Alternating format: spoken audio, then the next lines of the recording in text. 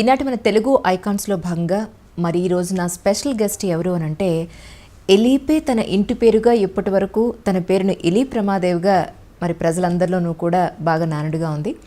అసలు ఎలీప్ ఎలా స్థాపించారు, అసలు ఆ రమాదేవి గారికి ఆలోచన ఎలా వచ్చింది, ఎటువంటి పరిస్థితుల్లో ఎలీప్ని స్థాపించారు, ఈరోజు ఎటువంటి పరిస్థితుల్లో ఉంది, ఎంతమంది మహిళల్ని తమ కాళ్ల మీద తాము నిలబడే విధంగా చేశారు, ఎంతమంది వ్యాపారవేత్తలుగా చేశారు అనేది మరి రమాదేవి గారి మాటల్లోనే విందాం. రమాదేవి గారు నమస్కారం అండి. నమస్తే. అసలు ఒక విషయం చెప్పండి, ఎలీప్ రమాదేవి గారిని మొత్తం అన్ని జిల్లాల్లోనూ బాగా ఫేమస్. అసలు మీ పూర్తి పేరు ఏమిటి, ఎక్కడ పుట్టారు, మీ కుటుంబ నేపథ్యం ఒకసారి చెప్తారా? మెయిన్గా నాకు ఎలీప్ రమాదేవి అంటేనే గుర్తింపు ఉంది. అవును, అసలు మీ ఇంటి పేరు ఏదైనా అన్నట్టుగా ఫేమస్ అయిపోయారు మీరు. నా పూర్తి పేరు రమాదేవి, మా ఇంటి పేరు కన్నెగంటి. అంటే తల్లి అంటే మా మదర్ను మా ఫాదర్ అయితే దే ఆర్ ఫ్రమ్ కృష్ణా జిల్లా అనమాట, గుడివాడ. నేను పుట్టింది మట్టుకు హైదరాబాద్. Okay okay. సో ఆ బ్యాక్ డ్రాప్లో అంటే మీ పేరెంట్స్ మీరు ఒక్కరేనండి? అమ్మాయిని ఒకదాన్నే, ముగ్గురు అన్నయ్యలు ఉన్నారు. ముగ్గురు అబ్బాయిల తర్వాత మీరు ఒక్కరే. బాగా గారాబంగా పెరుగుంటారు అయితే. గారాబం కంటే బాధ్యతగా పెరిగాను. మా అమ్మ కూడా చాలా వరకు సోషల్ వర్క్లో ఉండేవారు. ఆవిడకి అంటే మహిళా సంఘం అని చెప్పి ప్రెసిడెంట్ రెసిపెంట్ అనమాట, అవార్డ్ రెసిపెంట్ తను.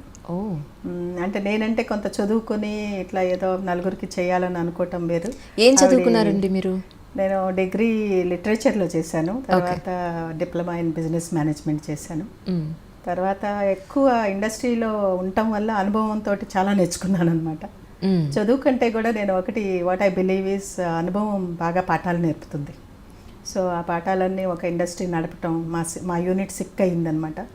సిక్ అయినప్పుడు ఇప్పుడు ఆరోగ్యంగా మీ యూనిట్ అంటే మీ పేరెంట్స్ అప్పుడు మీరు చదువుకున్న మీ పేరెంట్స్ పెళ్ళైన వెంటనే నేను ఒక ఇండస్ట్రియలిస్ట్ని, మురళీధర్రావు గారు మా హస్బెండ్ పేరు, ఆయన్ని పెళ్లి చేసుకోవటం, ఆయన ఒక సిక్ యూనిట్ టేకప్ చేశారనమాట ఫస్ట్ స్టార్టింగ్. ఆ యూనిట్లో చాలా సమస్యలు వచ్చినాయి. తర్వాత సొంతంగా అంటే నేను కూడా ఇన్వాల్వ్ అవ్వాల్సి వచ్చిందనమాట. ఫస్ట్ ఇనీషియల్గా నేను చాలా చక్కగా హ్యాపీగా ఇంట్లో ఉండి పిల్లల్ని చూసుకుంటూ ఒక హౌస్ వైఫ్ అల్లనే ఉండేదాన్ని. I use to enjoy that. అంటే చక్కగా పిల్లలు పెరుగుతూ వాళ్ళకి మంచి మంచి గౌన్లు వేసుకుంటూ ఇట్లా చాలా హ్యాపీగా ఉండేది. కానీ ఇండస్ట్రీ సిక్ అవటంతో నాకు కూడా బాధ్యతగా అంటే బాధ్యత పడింది. ఆ టైంలో నేను స్టోరు, తర్వాత ప్రొడక్షన్ అవి చూసుకోవటానికి ఎగ్జిక్యూటివ్ డైరెక్టర్గా అపాయింట్మెంట్ తీసుకుని ఇండస్ట్రీలో ఇన్వాల్వ్ అవటం జరిగిందనమాట. అసలు ఈ ఎలీప్ అనేది పెట్టాలి అని మీకు ఎప్పుడు మొట్టమొదటిసారి మీ మనసులో ఆలోచన వచ్చిందంటారు? యాక్చువల్గా అంటే నేను ఇట్లా ఎగ్జిక్యూటివ్ డైరెక్టర్ అయినప్పుడు చేంబర్ ఆఫ్ కామర్స్లో మేము ఫ్యాప్సీ అంటే ఫెడరేషన్ ఆంధ్రప్రదేశ్ చేంబర్ ఆఫ్ కామర్స్లో ఉమెన్ వింగ్కి నేను ప్రెసిడెంట్ అనమాట. ఓకే. వాళ్ళు సెలెక్ట్ చేసుకున్నారు. అంటే అప్పుడు బహుశా చాలా తక్కువ మంది మహిళలు ఇట్లా ఇండస్ట్రీ బ్యాక్గ్రౌండ్తో ఉండేవారు, వెరీ ఫ్యూ. మాకు మొత్తం చేంబర్లో అరౌండ్ 15 మందో 20 మందో ఉండేవారు అనమాట. ఆ 20 మందిలో నన్ను ఒక ప్రెసిడెంట్గా వాళ్ళు నామినేట్ చేయడం జరిగింది. ఆ సందర్భంలో చాలాసార్లు చేంబర్లో మేము మైనారిటీ అనమాట. సో ఏది అడిగినా కూడా రూల్ చేసేవారు. మగవాళ్ళు ఆధిపత్యం అక్కడి నుంచి మొదలైంది. ఏది అడిగినా మాకు ట్రైనింగ్ ప్రోగ్రామ్ కావాలి అంటే కూడా నాట్ రిక్వైర్డ్ అన్నట్టు ఉండేది వాళ్ళ ఆలోచన. మహిళలకి అంత అవసరమా అన్నట్టు ఉండేవారు అనమాట. సో లైక్ మైండెడ్ ఒక 5-6 కలిసి ఎప్పుడు కూడా అనుకునేవాళ్ళం, ఇట్లా అయితే మనకి ఏ ప్రోగ్రామ్స్ రావు, మనం 10 మందికి కూడా చేయలేము, ఏమీ సహాయం చేయలేము అని చెప్పి ఒక ఆలోచన రావటం. ఆ టైంలో ఒక ఇంటర్నేషనల్ కాన్ఫరెన్స్ ఒకటి చేయాల్సి వచ్చింది మేము చేంబర్ తరపున. అప్పుడు ఒక చిన్న ఆలోచన వచ్చింది, వై డోంట్ వి స్టార్ట్ మన ఓన్ ఆర్గనైజేషన్. మనం 10 మంది ఉన్నాము, 10 మందికి 100 మంది మెంబర్షిప్ ఇస్తే 100 మంది కూడా తయారవుతారు అని అనుకోవటం జరిగింది. ఆ టైంలో నేను ఎలీప్ అని చెప్పి అసోసియేషన్ లేడీ ఎంటర్ప్రైజ్ ఆంధ్రప్రదేశ్ అని చెప్పి అప్పుడు స్టార్ట్ చేసామన్నమాట. ఇది అరౌండ్ మేబీ 93లో రిజిస్ట్రేషన్ కూడా చేయటం జరిగింది. ఆ సమయంలో మేము ఇంటర్నేషనల్ కాన్ఫరెన్స్ ఒకటి కండక్ట్ చేసి అప్పుడు విజయభాస్కర్ రెడ్డి గారు చీఫ్ మినిస్టర్గా ఉండేవారు. ఆయన చేత ఇది ఎలీప్ని లాంచ్ చేయించామన్నమాట ఆ డయాస్ మీద.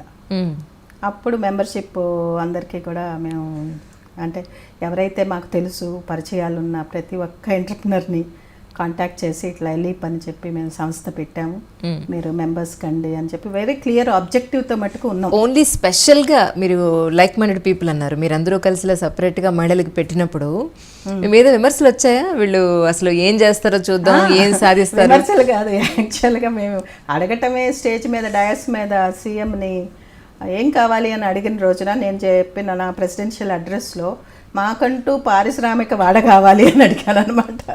మొదట అడిగినదే మేము మా ఓన్ ఇండస్ట్రియల్ పార్క్ ఒకటి పెట్టుకోవాలనుకుంటున్నామంటే చాలామంది దాన్ని చాలా అంటే హాస్యాస్పదంగా తీసుకున్నారు. వీళ్ళేంటి ఏం చేయగలుగుతారు, 10 మంది లేరు, వీళ్ళేదో పెద్ద ఇండస్ట్రియల్ పార్క్ పెడతారంట అని చెప్పి మగవాళ్ళందరికీ చాలా నవ్వుకున్నారు. కానీ సీఎం చాలా సీరియస్గా తీసుకున్నారు, విజయభాస్కర్ రెడ్డి గారు చాలా సీరియస్గా తీసుకున్నారు. ఆయన వెంటనే వాళ్ళ సెక్రటరీని పిలిచి వాళ్ళు అడుగుతున్న దానికి మీరు వెంటనే రెస్పాండ్ అవ్వండి, తప్పకుండా ఇవ్వండి అని చెప్పడం జరిగింది. కానీ వెంటనే మాకు అక్కడ ఆ గవర్నమెంట్లో పని అవ్వలేదు. కానీ చంద్రబాబు నాయుడు గారు వచ్చిన వెంటనే మాకు ఒక 30 ఎకరాలు కేటాయించడం జరిగింది ఈ గాజుల రామారంలో. అంటే ఇచ్చినప్పుడు కూడా వాళ్ళు అనుకున్నారు మహిళలు ఏదో అడుగుతున్నారు, మనం వాళ్ళకి ఇవ్వాలి కదా అని చెప్పి ఇచ్చారు. కానీ దానికి కావాల్సిన జీవోలు అవన్నీ రాలేదన్నమాట. రాకపోయేటప్పటికి మళ్ళీ కూడా చాలాసార్లు మేము చంద్రబాబు నాయుడు గారి దగ్గరికి వెళ్ళటం, ఆయన్ని చాలా బాదర్ చేసాం, అది మాకు ఇవ్వలేదు సార్ అంటూ. ఇక ఫైనల్గా నేను ఫౌండేషన్ వేస్తానని అన్నప్పుడు కొంచెం అధికార యంత్రాంగం అంతా కూడా కదిలి ఆ జీవో ఇష్యూ చేసి మాకు ల్యాండ్ చూపించారు. ల్యాండ్ చూపించిన రోజున మట్టుకు నిజంగా ఏమనిపించిందంటే మనం ఎట్లయినా దేశంలో సెకండ్ సిటిజన్స్ అనిపించింది. ఎందుకని ఒక మహిళలు అడిగారని చెప్పి చాలా మంచి ప్రదేశం దగ్గరలో, సిటీకి దగ్గరలో ఇవ్వాల్సింది పోయి కొండలు గుట్టలు పాములు ఒక అడవి లాంటి ల్యాండ్ తీసుకొచ్చి మమ్మల్ని ఇక్కడ ఇండస్ట్రియల్ ఎస్టేట్ పెట్టండి అన్నారనమాట. అది నిజంగా పరీక్ష. ఆ ల్యాండ్ చూసి మా కమిటీ వాళ్ళందరూ ఇది వాళ్ళకే వెనక్కి ఇచ్చేసేయండి, మనం ఎందుకు చెయ్యాలి, ఈ ల్యాండ్ చేయటం అంటే ఇంపాసిబుల్, అందులో ఇండస్ట్రియల్ ఎస్టేట్ చేయటం అంటే ఇంకా ఇంపాసిబుల్. ఏంటంటే ఒక చోట కొండ ఉంటే ఇంకో చోట లోతైన లోయ ఉండేది, అటువంటి ప్లేస్ చూపించి ఇండస్ట్రియల్ ఎస్టేట్ పెట్టమంటే ఆడవాళ్ళని ఏ రకంగా పెట్టగలుగుతారు?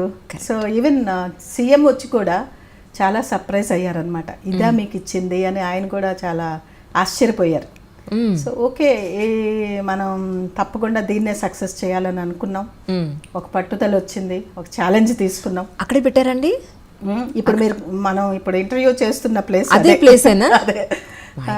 సో అటువంటి ల్యాండ్ తీసుకుని సంవత్సరంలో మేము ఇండస్ట్రియల్ పార్క్ క్రియేట్ చేయటం జరిగింది. మా శ్రమని నిజంగా ఎవరు గుర్తించారంటే ప్రతి ఒక్క అంటే రాష్ట్రంలో ఉన్న ప్రతి ఒక్కళ్ళు కూడా గుర్తించేటట్టు చేసుకున్నాం అనమాట. ఆ కష్టమైన పనిని తీసుకోవటం వల్ల మాకంటూ ఒక గుర్తింపు తెచ్చుకున్నాం. ఇవాళ ఎలీప్కి అంత పేరు ఉండటానికి కారణం కూడా అదే. ఆ ఛాలెంజ్ని ఎదుర్కొని ముందుకెళ్ళి అక్కడ ఇప్పుడు 200 పరిశ్రమలు పెట్టగలిగే దీనికి వెళ్ళాము. చక్కగా నడుపుకుంటున్నారు, ఒక 6,000 మంది ఉద్యోగాలు చేస్తున్నారు. సో అదంతా కూడా వెనక తిరిగి చూస్తే ఇదే చోట అని కూడా అనిపిస్తుంది. ఇనాగరేషన్ రోజున ఇక్కడంతా పాములు తిరుగుతున్నాయి అని చెప్తే ఆ రోజుల్లో అక్కడ ఉన్నటువంటి మంత్రులు పాములు తిరిగే చోటకి మీరు వచ్చి పాములు ఉన్నాయని అంటున్నారు ఏమిటని అన్నారు అనమాట. సో అటువంటి ల్యాండ్ మాకు ఇచ్చారు. దాన్ని కూడా మేము పాజిటివ్గానే తీసుకున్నాం, నెగటివ్గా తీసుకోలేదు. ఇప్పుడు అసలు ఎంత బాగుందండి బిల్డింగ్ కానీ బిల్డింగ్లు కానివ్వండి. అదే మనం అనుకున్న మన సంకల్పం కనుక కరెక్ట్గా ఉంటే కష్టం కూడా చాలా సుఖం అనిపిస్తుంది. ఆ కష్టం కూడా గుర్తురాదు ఈ రోజున.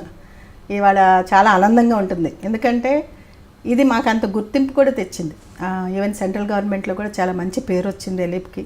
చాలా కష్టమైన పని చేశారని చెప్పి అప్పుడు రోజుల్లో వసుంధర రాజే అప్పుడు మనకి ఎంఎస్ఎంఈ మినిస్టర్ అనమాట, ఆవిడ ఇక్కడ రావటం, ఆవిడ చూసి ఇంత బాగా చేస్తున్న సంస్థకి మనం కూడా ఆసరా అవ్వాలని చెప్పి గ్రాంట్ కూడా ఇచ్చారనమాట. సో ఆ గ్రాంట్ తోటి మేము కామన్ ఫెసిలిటీస్ ఇట్లాంటివన్నీ ప్రొవైడ్ చేయటం, దాంతో మెంబర్స్కి కూడా కాన్ఫిడెన్స్ పెరిగిందనమాట. 100తో స్టార్ట్ అయిన ఎలీప్ వాళ్ళ 10,000 మంది మెంబర్స్ అయ్యారు. ఎక్సలెంట్. సో అది ఒక ఇమేజ్ అనేది చాలా ఇంపార్టెంట్.